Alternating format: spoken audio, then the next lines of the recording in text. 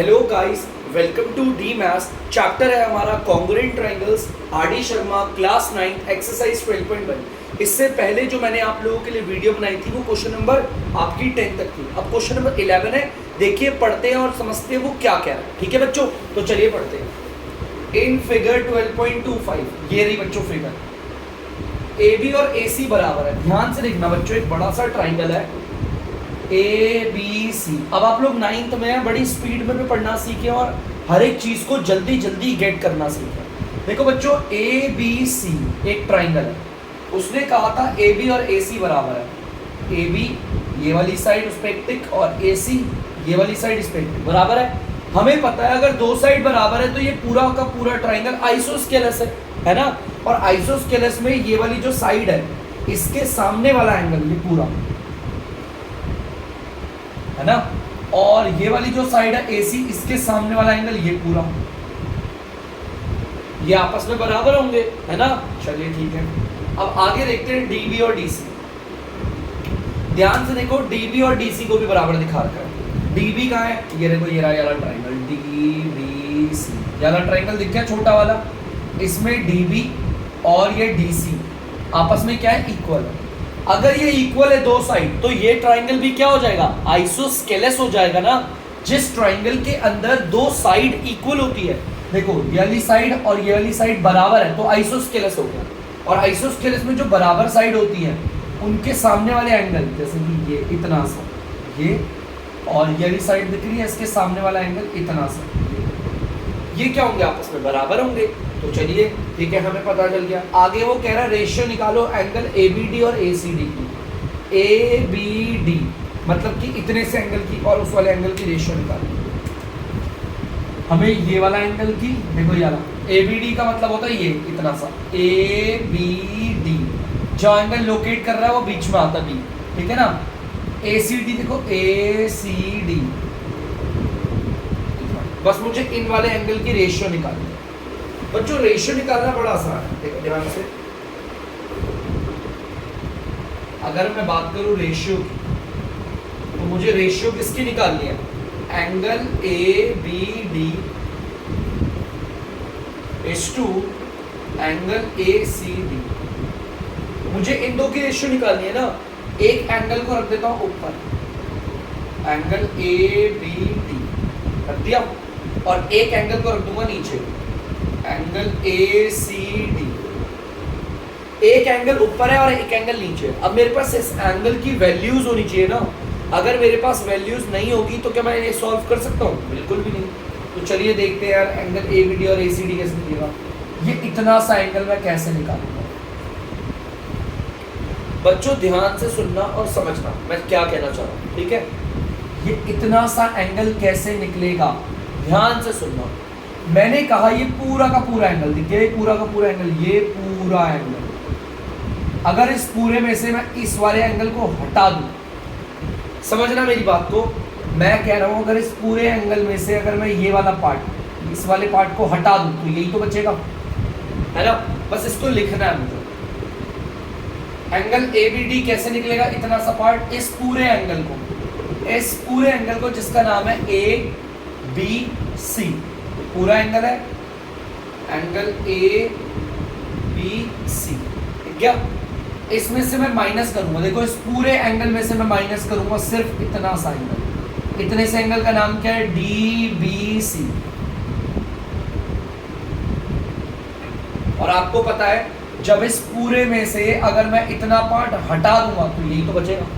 भले एक बार आप देख भी लो, देखो ये रहा पूरा, ध्यान से देखना, ये पूरा का पूरा एंगल ABC।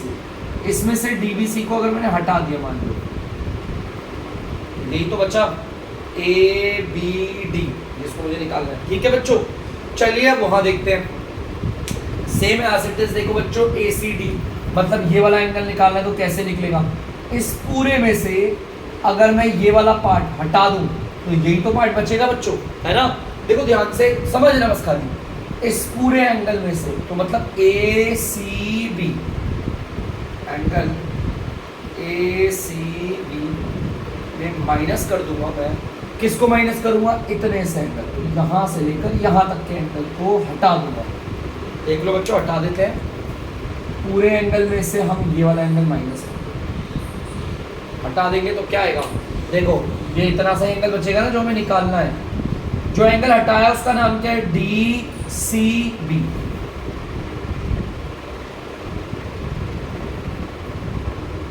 तो आप लोग देख सकते हो बच्चों, हमें इन्हें माइनस करने, इनकी रेशियो क्या आती है। अब मैं आपको इनकी रेशियो बताता हूँ क्या आती है। बेटा पहले तो ध्यान से सुनना, ये एंगल एबीसी लिखा है ना, पहले एंगल एबीसी को देखो, एंगल एबीसी है कौन सा, ए बी सी।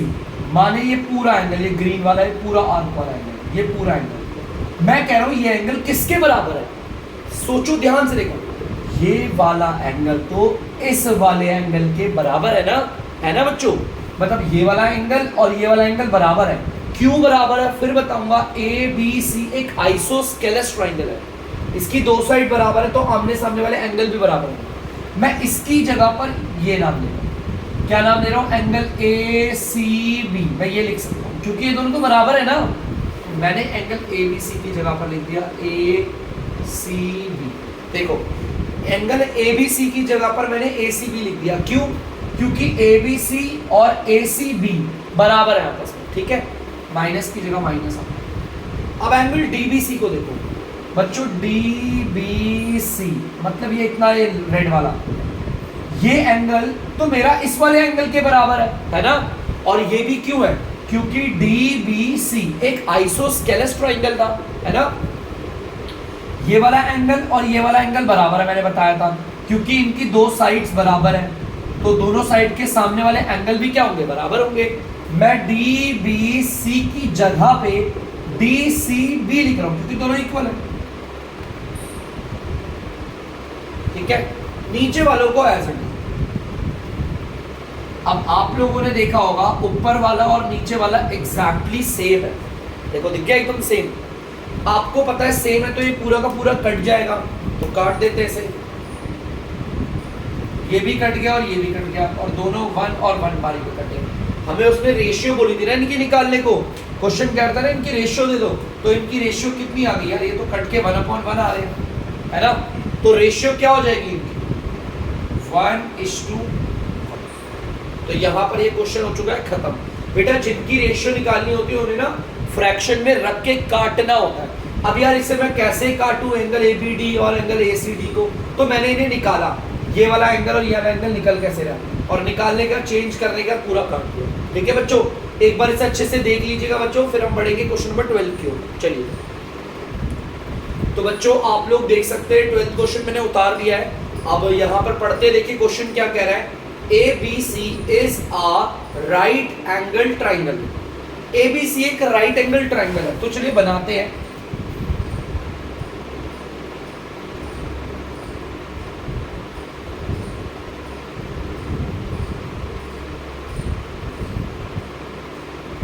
अभी मैं नाम नहीं दे सकता, राइट एंगल ट्राइंगल है ये, ठीक है। मुझे पता है ए बी सी एक राइट एंगल ट्राइंगल है, मैं अभी नाम क्यों नहीं दे सकता, क्योंकि मुझे नहीं पता कहां पर 90 डिग्री है। मैं लिख दो ए बी और सी लिख दूं, यहाँ पर जरूरी है बी पे ही 90 डिग्री आ रहा है। देखो उसने क्या बोला, ए पे आ रहा है 90 डिग्री, मैंने इधर ए लगा दिया। अब बी सी कहीं पर भी दे सकते, बी ए रहा और सी ए रहा, कहीं पर भी दे सकते हो। बहुत जरूरी है, हमें पता होना चाहिए। ट्राइंगल का नाम तो हमें पता था ए बी सी, लेकिन हमें ये नहीं पता था यहाँ पर कौन आएगा, है ना। लेकिन उसने बता दिया एंगल ए 90 डिग्री, मतलब यहाँ पे ए आएगा। ए बी और ए सी बराबर है, देखो बच्चों ए बी और ए सी बराबर। अरे ये तो आइसोस्केलेस ट्राइंगल हो गया, जिसमें दो साइड बराबर होती है वो तो आइसोस्केलेस होता है ना। और मुझे एक चीज और पता है, ये जो हमारी इक्वल साइड है इसके सामने वाला एंगल ये, और ये जो इक्वल साइड है इसके सामने वाला एंगल ये भी क्या होते हैं, आपस में बराबर होते हैं, है ना। आइसोस्केलेस ट्राइंगल थ्योरम, ठीक है, इतना तो हमें पता है। आगे देखिए हमें निकालना क्या है, फाइंड एंगल बी और एंगल सी। हमें इस वाले एंगल को और इस वाले एंगल को निकालना है। मुझे इतना पता है अगर ये वाला एंगल x है तो ये भी क्या होगा x, क्योंकि ये दोनों बराबर है, जानते हैं ना हम लोग। तो चलिए करते हैं इस question. In triangle B A सी, आप चाहो तो ए बी सी लिख लो, कैसे लिख दो, कोई कॉन्ग्रुएंसी थोड़ी कर रहे हैं जो अच्छे पैटर्न से लिख रहे हैं। बी ए सी हमारा angle B plus angle A plus angle C, इन तीनों को जोड़कर कितना आता है 180 डिग्री। एक ट्राइंगल के अंदर के तीनों एंगलों को अगर मैं जोड़ूं तो हमेशा 180 आता है, और इसका रीजन होता है बच्चों angle sum property of triangle, angle sum property of triangle, मतलब कि ट्राइंगल के सारे एंगलों को जोड़ने वाली प्रॉपर्टी। ठीक है, स्टेप मार्क है। एंगल बी कितना है देख लेते हैं बच्चों, एक्स, एक्स प्लस की जगह पर प्लस।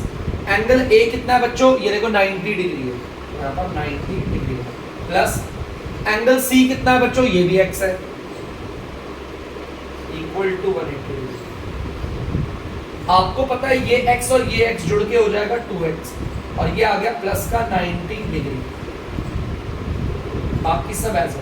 ठीक है, ये x और ये x को जोड़ के 2x आ गया, प्लस का 90 एज इट इज, बाकी सबसे। ये प्लस का 90 है, उधर जाके किसका हो जाएगा, माइनस का 180 डिग्री, माइनस का 90 डिग्री, तो यहां पर आ गया ये 90 डिग्री। यहां पर 2 मल्टीप्लाई हो रहा है, उधर जाकर हो जाएगा डिवाइड, और डिवाइड का मतलब है बच्चों नीचे आ जाएगा dr के रूप। चलिए निकाल लेते हैं काट के से, 2 के टेबल से कट रहे हैं दोनों, 45 आ गया। ठीक है बच्चों, ये 1 बारी पे कटा, नीचे 1 की कोई वैल्यू नहीं होती, तो x मेरा 45 डिग्री आ गया।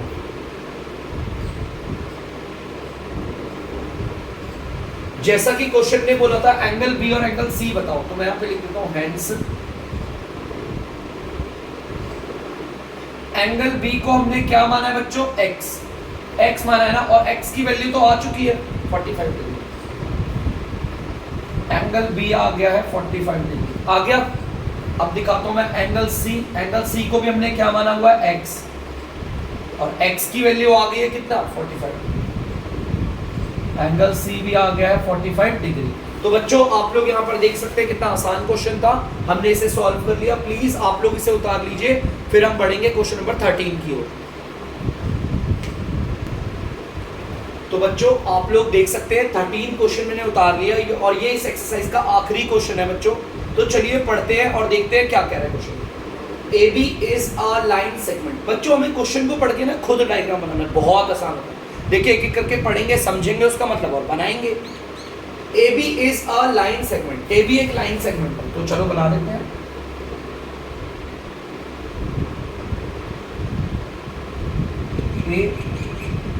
बना दी बच्चों, ए बी एक लाइन सेगमेंट थी, एक बोली थी, हो गया। P and Q are points, P और Q ना पॉइंट है, चलो ठीक है, on opposite side of A B.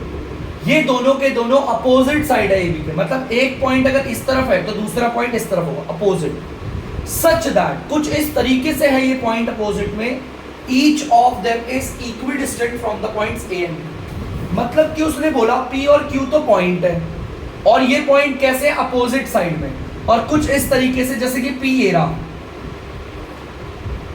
P की जो दूरी होगी A के साथ और B के साथ वो बराबर है, और सेम Q की जो दूरी होगी वो Q जो Q पॉइंट है ना उसकी दूरी A से और B से ये भी बराबर होगी। मतलब इस पॉइंट की दूरी हमारा A से और इस पॉइंट की दूरी हमारा B से, ये आपस में क्या होगी, बराबर। देखो बोला हुआ, देखो P and Q are points on opposite side of A, opposite side है AB के, कुछ इस तरीके से कि दोनों के दोनों इक्विडिस्टेंट मतलब बराबर दूरी पे होंगे A और B से। ये पॉइंट देखो A से इसकी दूरी और इस पॉइंट की B से दूरी बराबर है, सिर्फ इसी पॉइंट की हमारा A से दूरी और B से दूरी,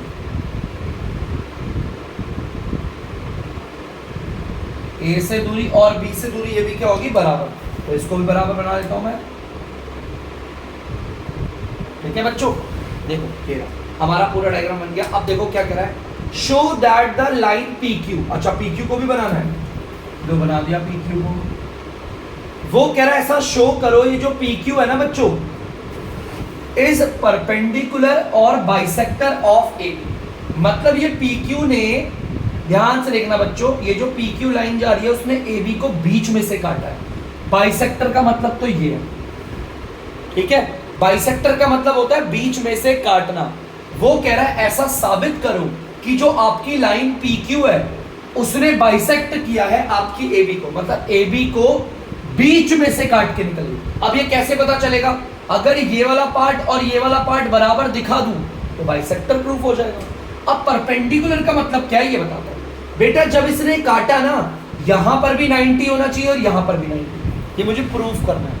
अगर मैंने ये वाला एंगल भी 90 और ये वाला एंगल भी 90 प्रूफ कर दिया तो परपेंडिकुलर हो जाएगा, पता चल जाएगा। और बाइसेक्टर के लिए मुझे क्या करना है? बाइसेक्टर का मतलब क्या होता है? वो कह रहा है बताओ कि इस PQ लाइन ने, ये PQ जो लाइन है उसने AB को बीच में से काटा है।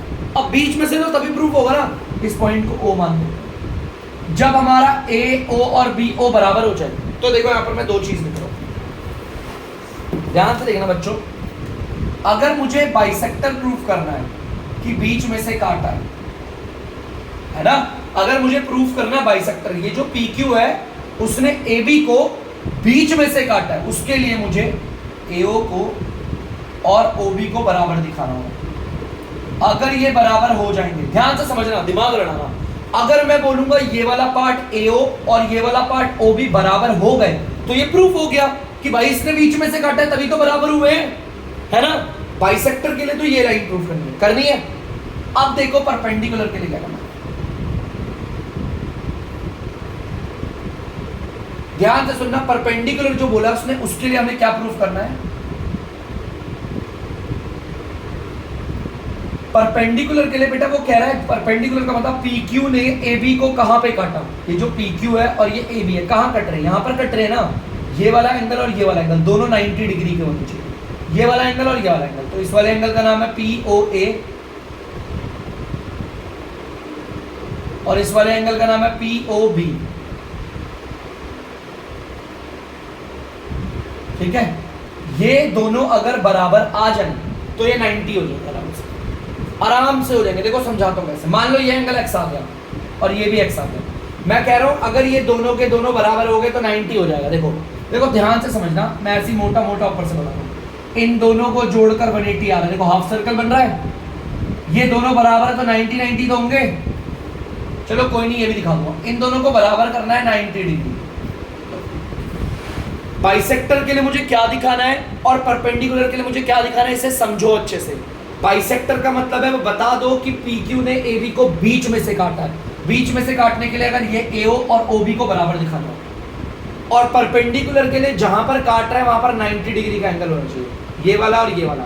POA और POB दोनों 90 के होने चाहिए। चलिए दिखा दो यार। देखो मुझे क्या क्या प्रूफ करना है। एक तो देखो जो मुझे प्रूफ करना है, क्वेश्चन मार्क लगाना। एक तो मुझे ये वाली साइड और ये वाली साइड प्रूफ करनी है ना, और ऊपर से ये वाला एंगल और ये वाला एंगल प्रूफ करना बराबर है ना। यार ये वाली साइड कौन से ट्राइंगल में आ रही है और ये वाला एंगल POA इसी में आ रहा है ना, तो मैंने यहाँ पे ले लिया ट्राइंगल। In triangle POA। अगर किसी को डाउट है सर आपने POA क्यों लिया, आपने AOQ क्यों नहीं लिया?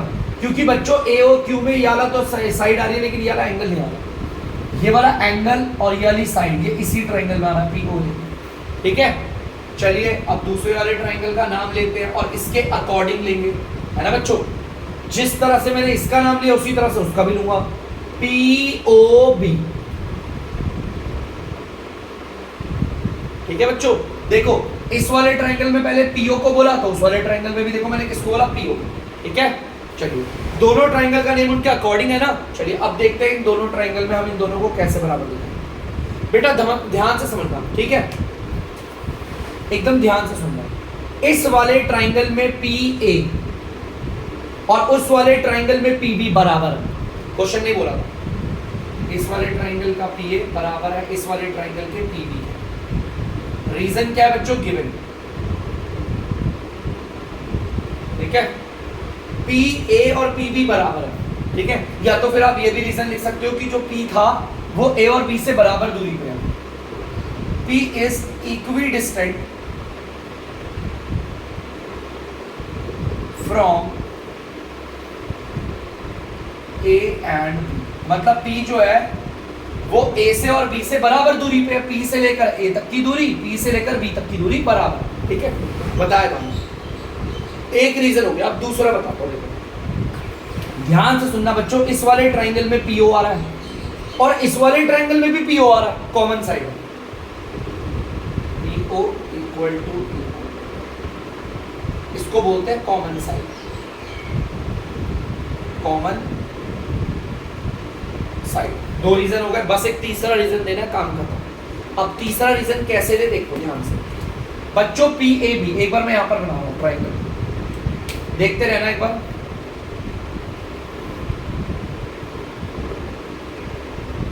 आप सबको पता है ये और ये बराबर है ना, ये तो आइसोस्केलेस है, और आइसोस्केलेस ट्राइंगल में इस वाली साइड के सामने वाला एंगल ये और इस वाली साइड के सामने वाला एंगल ये बराबर होंगे, मतलब कि ये वाला एंगल की बात हो रही है और इसकी बात हो रही है, ये तो बराबर होंगे, होंगे ना। चलिए भाई बराबर होंगे तो रीजन मिल गया। इस वाले ट्राइंगल में ये वाला एंगल देखो, इस वाले एंगल को मैं लूंगा तो ए को बीच में लूंगा, P A O, angle P A O किसके बराबर है, इस वाले angle, angle P B O, जहां एंगल बन रहा है उसे बीच में लेना। क्यों भाई ये दोनों बराबर क्यों है, क्योंकि ट्राइंगल पी ए बी एक आइसोस्केलेस है, is an isosceles triangle. Isosceles triangle के अंदर दो साइड तो बराबर होती है, साथ साथ दो एंगल भी बराबर होते हैं। तीन रीजन हो गए जेन्युइन, कॉन्ग्रुएंसी करने के लिए तीन रीजन काफी हैं। सो हमारा ट्राइंगल पीओए कॉन्ग्रुएंट हो चुका है ट्राइंगल पीओबी के। कौन सा रूल एक बार चेक कर लेते हैं, बाय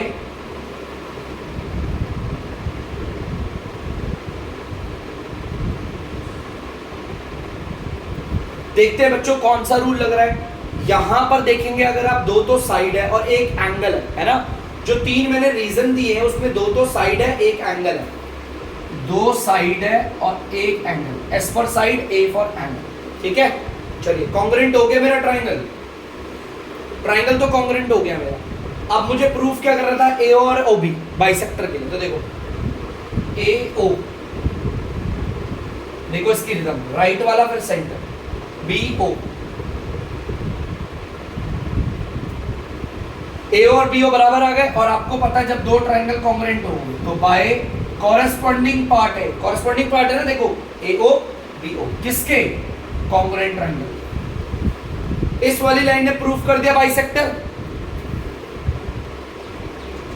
मैंने फर्स्ट इस वाली लाइन से सिद्ध हो गया कि हाँ भाई अगर ये वाला पार्ट और ये वाला पार्ट बराबर है, इसका मतलब पीओ ने ए बी को बीच में से काटा है, किसमें से काटा है, बीच में से, तभी तो बराबर आ गया। चलिए ठीक है, अब एक और रीजन क्या देना है हमें, ये वाला एंगल दिखाना, देखो एंगल पीओए,